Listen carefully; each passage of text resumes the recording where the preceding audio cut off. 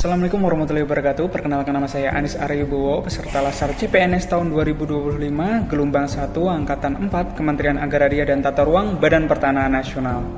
Dalam video ini saya akan menceritakan pembelajaran yang sudah saya lakukan hari ini, yaitu pembelajaran secara sinkronus dan asinkronus.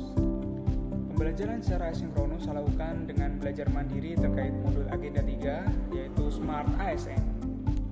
Sedangkan pembelajaran secara sinkronus dilakukan dengan metode Zoom Meeting bersama Bapak Nandang Isnandar selaku Widya Suara. Pembelajaran secara sinkronus bersama Bapak Nandang Isnandar diawali dengan pemaparan tugas individu di Sinkronus 3 yang sudah kami kerjakan di hari sebelumnya. Kemudian dilanjutkan pemaparan tugas kelompok terkait aplikasi yang dikaitkan dengan Smart ASN. Ada pertanyaan yang sangat menarik di dalam salah satu slide yang ditampilkan oleh Bapak Nandang Isnandar, yaitu mengapa Indonesia perlu melakukan percepatan transformasi digital?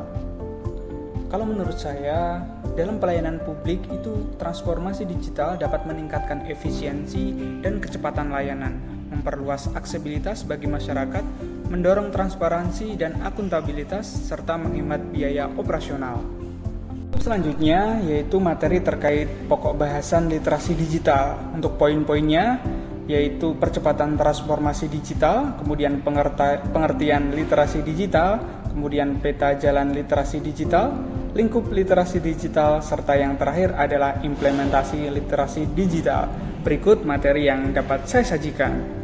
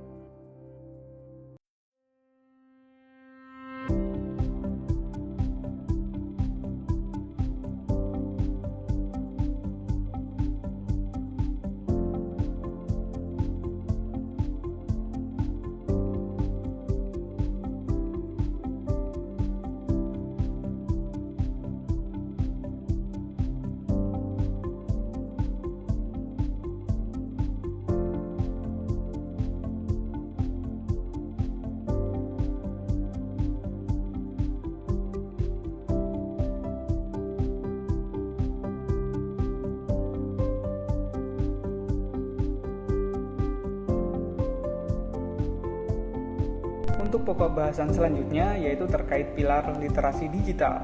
Untuk poinnya yaitu etika bermedia digital, kemudian budaya bermedia digital, aman bermedia digital, serta yang terakhir adalah cakap bermedia digital.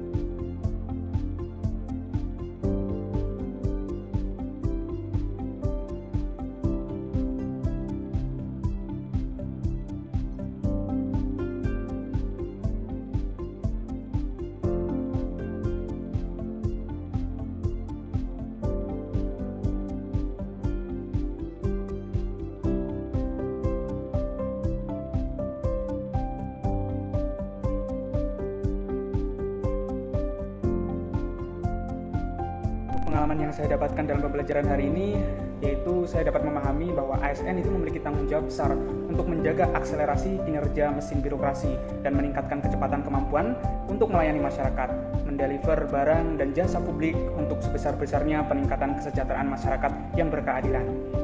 Kemudian, reformasi birokrasi menjadi satu kegiatan besar, ujung tombak dari mendobrak mindset dan kultur set di mesin birokrasi, supaya dapat bekerja lebih cepat, lebih produktif di tengah persaingan yang semakin kompetitif. Terakhir ini saya akan menjelaskan terkait implementasi materi yang sudah saya pelajari hari ini dalam pelaksanaan tugas dan kehidupan sehari-hari. Saya mulai dari digital skill atau keterampilan digital. Nah, di sini ASN itu dituntut untuk menguasai teknologi digital dalam mendukung pelayanan publik, pengelolaan data, serta komunikasi kerja.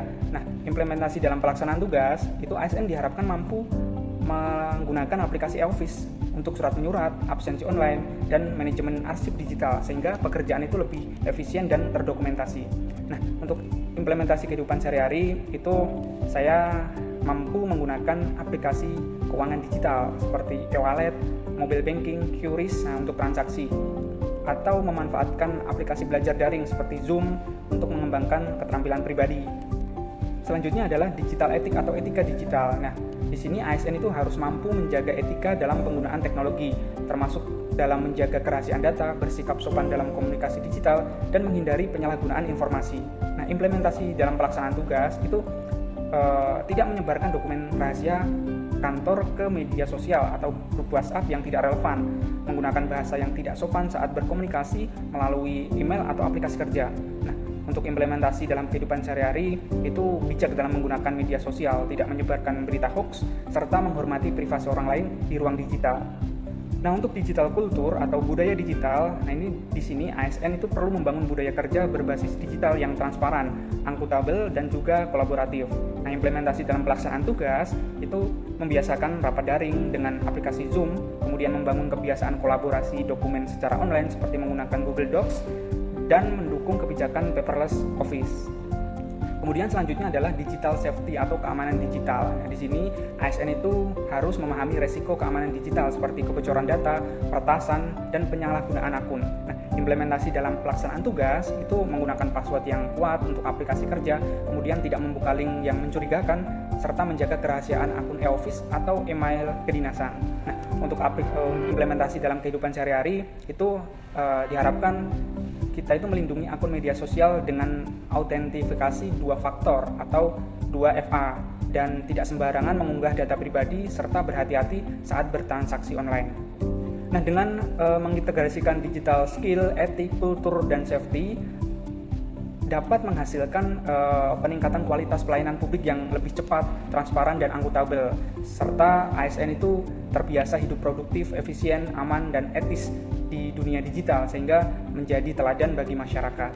Pengalaman yang saya dapatkan dalam pembelajaran hari ini yaitu saya dapat memahami bahwa ASN itu memiliki tanggung jawab besar untuk menjaga akselerasi kinerja mesin birokrasi dan meningkatkan kecepatan kemampuan untuk melayani masyarakat, mendeliver barang dan jasa publik untuk sebesar-besarnya peningkatan kesejahteraan masyarakat yang berkeadilan.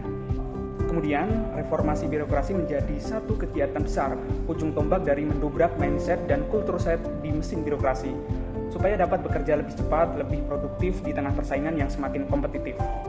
Ini itu video yang dapat saya bagikan di kesempatan kali ini, kurang lebihnya mohon maaf. Wassalamualaikum warahmatullahi wabarakatuh.